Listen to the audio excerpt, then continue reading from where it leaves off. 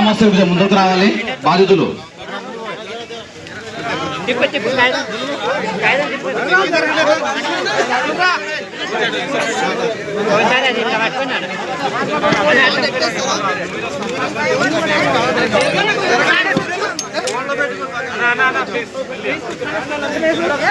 Madam, మొదటగా గ్రామంలో మొదటి సమస్య ఏంటంటే యువకులకి 2021 నాటికి కటాఫ్ డేట్ పెట్టారు.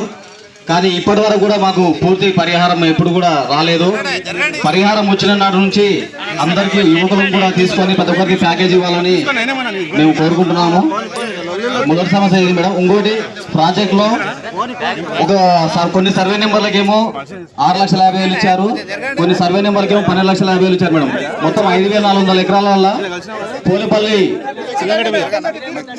సంబంధించిన భూములకేమో 12,50,000 ఇచ్చారు, మా యొక్క భూములకేమో 6,50,000 ఇచ్చారు.